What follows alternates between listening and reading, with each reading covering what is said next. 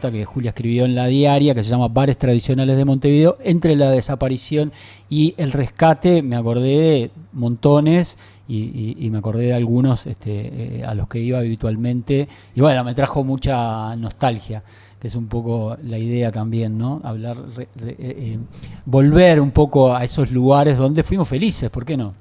Sí, ¿No? Que es un exacto. poco lo que plantea la nota al principio, ¿no? Con el primer testimonio que tomás, ¿no?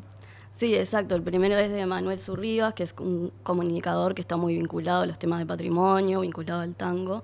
Y él me contaba eso, los mejores momentos de mi vida que yo me acuerdo están relacionados con el estar en bares, y todos esos bares al que yo iba de joven cuando trabajaba en Ciudad Vieja ya no existen. Y así como esos hay muchos que han ido desapareciendo, ¿no? Que son bares eso, tradicionales, considerados patrimoniales, tradicionales, históricos, bares centenarios, bares que están desde principios del 900, desde 1920, que en cierto momento muchos de ellos fueron destacados, fueron comercios destacados, llamados de esa manera por una comisión de cafés y bares que se creó en el 2002, y casi ahora, casi la mitad de esos bares que fueron destacados, o sea que a nivel gubernamental se los posicionó como un lugar súper valioso para el patrimonio, para la identidad uruguaya, casi la mitad de esos bares hoy están cerrados, y eso fue un poco el puntapié para hacer esta nota, digamos.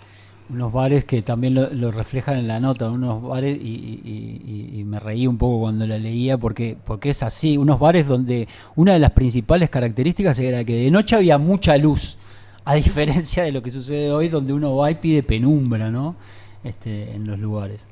Sí, exacto. Bueno, cuando hablé con Joaquín Casavalle, que fue otro de los entrevistados, que está como reciclando algunos de estos bares centenarios, hablaba de eso, que esa gente que iba cuando estaba el tubo de luz, por ejemplo, ahora con una vela y una luz tenue no se sienten tan cómoda. O sea, adoptó esos bares, pero la población o la gente que va a esos bares cambió también, porque cambió la sociedad. Yo por eso tampoco me quise centrar tanto en lo que son las causas de la desaparición de estos bares. Las enumero, las puedo enumerar, pero me parece que era más importante también hablar de lo que se perdió, digamos, y de por qué sigue siendo valioso estos espacios, digamos, porque o sea, los cambios estos que se dieron a nivel social, que hacen que estos bares ahora estén desapareciendo, muchos son como capaz difíciles de revertir, ¿no? O por lo menos en el corto plazo, ¿no? O sea, estamos hablando de cambios como, bueno, la aparición de aplicaciones para pedir comida, ¿no? Que lo haces de tu casa. Muchos tienen que ver con muchas cosas que antes se hacían en la calle, ¿no? Y ahora los haces en tu casa, ¿no? El hecho de pedir comida, el hecho del teletrabajo, también muchos de los clientes de estos bares eran gente de las oficinas, que en la media iba a almorzar al bar, y esa gente también ahora no está más. Y en general la oferta de entretenimiento que hay ahora en las casas, ¿no? Que cuando se crearon estos bares, que era 1900, 1920, que es algo que también me contaba Manuel Zurribas, la oferta de entretenimiento de la casa no era tan amplia, era como que estaba muy reducida a lo familiar, y en realidad la oferta de entretenimiento estaba afuera. Ibas el fin de semana a jugar al fútbol, ibas al cine, ni siquiera había televisión cuando se crearon estos bares. Entonces era como un espacio, ¿no? de eso, de esparcimiento, de ocio, y ahora vas en tu casa también tenés otro montón de ofertas. Y además de, bueno, otros cambios, ¿no? Del precio de los alquileres, de temas de seguridad, de la prohibición de fumar en espacios cerrados, la aparición de muchas cadenas, ¿no? Cadenas de comida rápida que están sustituyendo estos bares. Entonces esas son como las causas, pero están como también bastante enraizadas en cambios sociales, en cambios tecnológicos. Entonces, bueno, más allá de esas causas, es ver un poco, bueno, por qué a pesar de todos estos cambios, igual sigue valiendo la pena que existan estos espacios. Yo con todo esto de que estabas hablando, Julia, de lo que implicaba el bar, ¿no? De esto del entretenimiento que generaba el bar, que ahora ya lo podemos encontrar en nuestra casa. Poniéndome nostálgica, pensaba, por ejemplo, en un tango en Cafetín de Buenos Aires, que habla mucho de esto, ¿no? Del bar, de la amistad, del peso que tiene también el encuentro en ese lugar. Y me daba curiosidad, volviendo a los testimonios que mencionás en la nota, ¿cuáles son esos bares que de hoy ya no están? O sea, de estos bares legendarios, que estamos hablando del 1900, que hoy ya no los encontramos. Bueno, uno de los ejemplos es el Bar Rey, que fueron uno de mis principales entrevistados, también un bar centenario, Muchos Ahí de estamos estos... viendo, perdón, para quienes nos están mirando, estamos viendo alguna de las fotografías. Exacto, ese es el Bar Rey, hoy ya cerrado, ¿no? Que lo ven que está como todo grafiteado, las persianas bajas, pero fue un bar que fue súper luminoso, que se llenaba, que tenía mucha vida. Y bueno, tuvo que cerrar, no hubo como relevo generacional, que es otra de las causas. O sea, los hijos de estas personas que se jubilan o están muy ancianas no quieren seguir con el oficio por todo este montón de causas, porque también eran trabajos muy sacrificados, que a veces personas que trabajaban 15 horas por día y por ejemplo, Pepe, que es uno de los dueños del Bar Rey, me decía, mis hijos no querían esa esclavitud, ¿no? Entonces es como un poco, no se está como siguiendo generación por generación de que los hijos heredan los negocios de sus padres. El Bar Rey es uno. ¿Podemos recordar la dirección del Bar Rey? ¿En qué? Es Requena y Muñoz, es bien enfrente a la Plaza Sereñi. Bien. Después, bueno, está el Bar Micons, que fue otro bar que se desarmó mucho, que tenía una barra preciosa, se está desarmando, mantiene como la parte más de delivery. Otros bares que eran estos comercios destacados, que destacó esta comisión, el Tartamudo, Don Trigo, Bar Hollywood, Bar 62, Bar El Volcán, todos esos bares no están más, por ejemplo. Es increíble, ¿no? Como la lista de... Sí, ahí te nombraste algunos que tiene canción, ¿no? Como el Hollywood, que tiene una canción de Mandrake Wolf, y me vino a la mente, pensando en el Hollywood, en el Mincho. En También. el Mincho Bar, que tiene otra canción, una canción de buitres. Pero citás una causa positiva en algún momento de la crónica, de algo que era muy habitual en ese tipo de bares, que tenían que ver con una sociedad que por suerte cambió en ese sentido, ¿no? Que era un espacio muy masculino en su momento, ¿no? Era la mujer en la casa, estaba cuidando a los niños, el hombre llegaba a trabajar, pasaba por la casa, dejaba el portafolio y se iba al bar. Y volvía ya ebrio, y bueno, volvía a su casa y así hasta el otro día, ¿no? Y uno de tus entrevistados, ¿no? Citaba que, bueno, que ese cliente ya prácticamente no existe, ¿no? Sí, totalmente.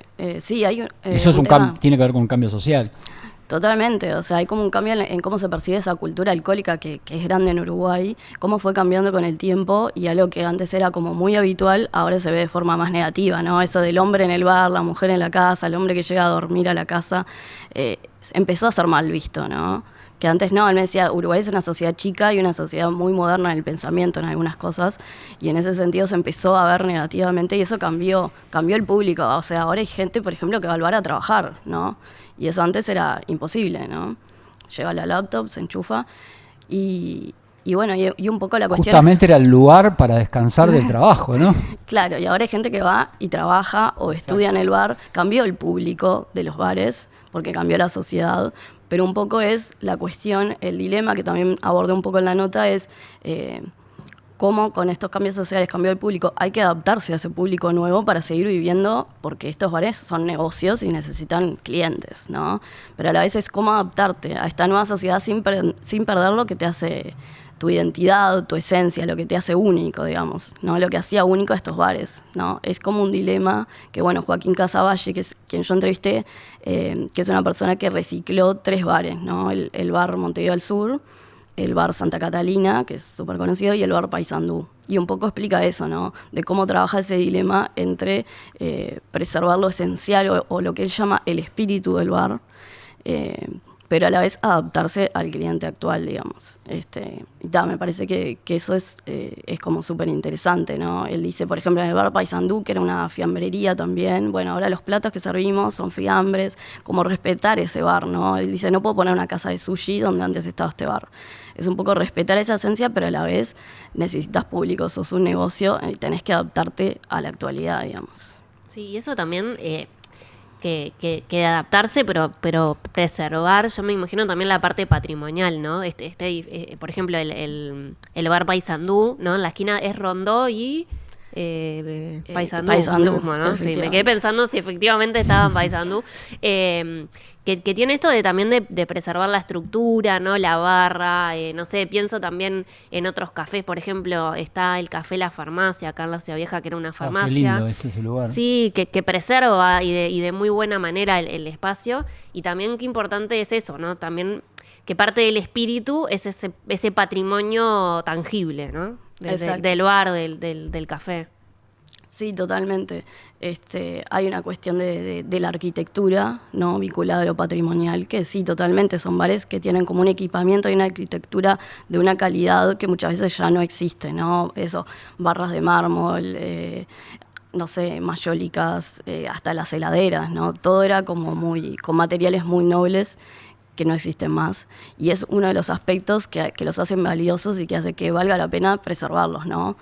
Porque está muy presente esa discusión patrimonial hoy, ¿no? De qué se preserva, qué no se preserva, ¿no? Y hay una cuestión no se puede preservar todo, la ciudad no puede ser exactamente igual a como era hace 100 años, nadie pretende eso, pero a la vez hay cosas que sí valen la pena, ¿no? Tampoco, o sea, así como no es preservar todo, tampoco es destruir todo en pos de un supuesto progreso, digamos, ¿no? Y en ese sentido esos bares tienen como esa característica patrimonial y también turística, ¿no? Que los hacen como relevantes para el turismo. Y esa es como una de las causas que yo toco, que es eso como más tangible. Pero hay otros aspectos patrimoniales que son más intangibles, como el tema de la gastronomía también, ¿no?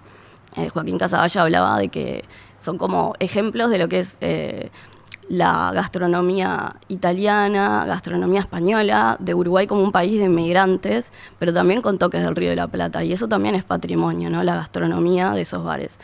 Y bueno, y después está este aspecto más intangible que es del bar como espacio de encuentro, ¿no? Que lo comentaba un poco Manuel Zurribas, que no tiene por qué ser un bar súper antiguo, súper centenario, sino que tiene que ser un bar donde se cree comunidad y donde la gente, los montevideanos se puedan expresar como montevideanos, ¿no? Es como ser lo que los montevideanos somos, digamos, ¿no? Y en ese sentido es como eso, ¿no? El patrimonio no siempre tiene que ser algo súper grandilocuente, ¿no? No es solo el bar que tiene la foto de Gardel, ¿no? Sino es una cosa más de eso, de ir y sentarte y no hacer nada, pero ser como es un uruguayo, lo que lees, cómo hablas, lo que consumís, también expresa un poco esa uruguayez. O digamos. ni siquiera hablar, ¿no? Intercambiar una mirada con ese que se sienta en la misma mesa como vos de siempre y con eso simplemente alcanza. Recién estaba pensando, mientras hablabas, que esta columna es medio, se podría decir, es metabar, porque nosotros estamos adentro de un bar. Sí, totalmente. Estamos adentro de un bar tradicional que la modernidad lo transformó en la mañana en un estudio de radio, ¿no? Pero que funciona como bar y es una de las esquinas más tradicionales de la ciudad, ¿no? Sí, y que tiene barra de mármol. Por eso, cuando hizo referencia a la barra de mármol, me acordé de lo que tenemos acá atrás. Hablás también y sugerís sobre algunos de proyectos de ley en la nota, algunas posibilidades que desde la institucionalidad se favorezca, adaptándolos, por supuesto, a la modernidad, a este tipo de emprendimientos. Sí, bueno, hay un poco esta cuestión cuando hablé con Casavalle de decir, bueno, ¿cómo se puede apoyar a estos bares, no? ¿Cómo puede hacer que sigan viviendo, no? Porque vos los podés reciclar, pero necesitas que sea un negocio que funcione, ¿no? Y hay un aspecto que le habla como de ese apoyo gubernamental de Ministerio de Turismo, Ministerio de Cultura, Intendencia de Montevideo, que tienen como que apoyar a estos bares de alguna manera, como fue lo de la Comisión de Cafés y Bares que se creó en el 2002 pero no duró demasiado y que creó los bares destacados, como volver un poco a eso. Y él hace poco presentó, yo no lo llegué a tomar en la nota porque salió un poco después, pero después salieron varias notas hablando de bares patrimoniales y de este proyecto de ley que va a presentar a la Junta Departamental, que es un poco para crear esa figura de bar patrimonial y que tengan ciertos apoyos, que se los ponga en valor de alguna manera, ¿no? Estos bares que además tienen ciertas propuestas culturales. Pero ese es un aspecto. Otro aspecto también es que los bolicheros, digamos, se junten, ¿no? Él decía antes, los bolicheros eran todo para mí, y ahora se están dando cuenta que es a través de lo colectivo que vos podés tener cierto peso a la hora de la toma de decisiones, ¿no? Los bolicheros, pero también el personal de estos bares, ¿no? Y después hay otro aspecto que es que la gente vaya, ¿no? O sea, que la gente del barrio diga, voy a confiar en este bar de mi barrio, y gente de otros barrios de Montevideo que también se acerca. Él dice, de Boulevard Artigas para el este, no viene nadie a estos bares. Y estamos hablando de bares que existen hace 100 años y personas que nunca fueron a esos bares. Entonces es también que la gente los pueda apoyar. Tiene como todos esos aspectos, ¿no? Que se hable de estos bares, que se escriba en prensa sobre estos bares. Todo eso los ayuda, digamos, a que sigan existiendo, ¿no? Porque son bares también, un aspecto en el que yo me quise centrar mucho es ese bar de espacio de encuentro también con el diferente, ¿no? Que hoy que tenemos como estas redes sociales que crean ciertos nichos, ¿no? En que vos estás hablando de las personas que son tus pares, leyendo cosas que que ya están alineadas a lo que vos pensás, por cómo funcionan ciertos algoritmos también, es un lugar en que vos te encontrás con alguien distinto, que puede ser radicalmente distinto, que lo único que compartís es que vas al mismo bar, pero en realidad son personas que pueden tener una ideología muy distinta, pueden ser hinchas de otro cuadro, pueden ser de otra clase social, de otra generación. Entonces es un espacio que es como una resistencia, digamos, ¿no? O esa cuestión más del siglo XX, de espacio de encontrarte con el otro, que cuántos de estos espacios están quedando hoy, ¿no? O de encontrarte con tus vecinos, ¿no? De decir, vivo este barrio, ¿no?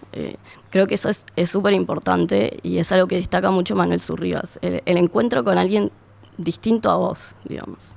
Sí, sí. Comunidad. Sí, comunidad, y eso del barrio también. Yo pienso también en un bar que frecuento mucho, que es el bar Las Flores, que tiene eso como para mí re de barrio, de que voy y me encuentro, no digo siempre, pero muy seguido con las mismas personas. Con y tiene esas gente del características barrio. en el mobiliario que se conservan. Es un bar bien iluminado, ahí no hay nada de No, penumbra. ahí sí que hay luces. Yo para cerrar así les propongo un ejercicio rápido y la audiencia se puede enganchar también. Vos ya tiraste parte de mi ejercicio, de mi propuesta lúdica, era un poco esa, recordar que cada uno de los tres de esta mesa recuerde un bar de esos de los que hablamos que cerró y un bar de esos de los que hablamos que todavía existe. Vos ya pusiste el bar Las Flores, pero Sí. de los que cerró, ¿cuál te viene así a la memoria y te da nostalgia? Pasa que a mí me dan mucha nostalgia, o sea, bares, pero sobre todo lugares de tango, ponele que ya no existen más, me dan mucha ¿cuál? nostalgia. Por ejemplo, lo de Margot me da mucha nostalgia. Una novedad para mí, lo de Margot no lo conozco. No existe ya hace pero unos años. Ubicámelo por eso. Era por Constituyente y Gaboto, por ahí, era como una tanguería, o sea, era más un... Creo que va igual en esta categoría, era una tanguería, pero era un lugar precioso. Sí, era la casa de ella y hace unos años ya que no existe más y me genera mucha nostalgia, porque pensando también en espacios de encuentro, cada vez hay menos milongas, cada vez hay menos espacios de esos y bueno, y creo que quienes nos gusta el tango, pero también a quienes les da curiosidad y cada tanto se tiran a ver algo, sí, te da nostalgia ver que las musas también en otro lugar, que no existen más. Bueno, Rosalía tiene lo de Margot, de los que se fueron, y Las Flores, de los que están. ¿Julia? Bueno, yo pondría el bar Hollywood justamente por la canción, porque es una canción que me gusta mucho y bueno, también porque he ido en su momento y bueno, está como un poco vinculado a eso. Creo que es el que yo destacaría de estos que cerraron, ¿no? ¿Y de los que viven todavía y luchan? Bueno, al que he ido bastante es al bar Paysandú. Dentro de estos tres bares que está con la nota, es un bar que me encanta como visualmente, que está un poco escondido porque está en una zona que tampoco hay tanto. Y eso también es como un destaque, me parece, de esos bares que están en espacios un poco alejados, ¿no? Porque en realidad, si vos te pones a pensar, los bares que sobreviven son bares muchos que están en avenidas, son lugares muy concurridos. Y los bares bien de barrio son los que están desapareciendo, ¿no? Y bueno, creo que es un ejemplo de un bar más de barrio que sigue existiendo, digamos. Y por ahí entonces... Y por acá, de los que se fueron, el Periplo, que era un bar que quedaba en Positos, hay que retrotraerse en el tiempo, por allá por casi Martí, La Rambla, un bar clave para una generación, y de los que quedan, el Bar Luz me gusta. Bien. Pensando, no voy tanto porque ahí no por vivo Rivera mucho y Montevideo. Salterain, Sí, por sí. Requena, ¿no? El Bar Luz es bien, la pizza bien uruguaya, la luz también, la fiambrera, está todo, tiene varios componentes de estos que citábamos en la nota. Julia, muchas gracias.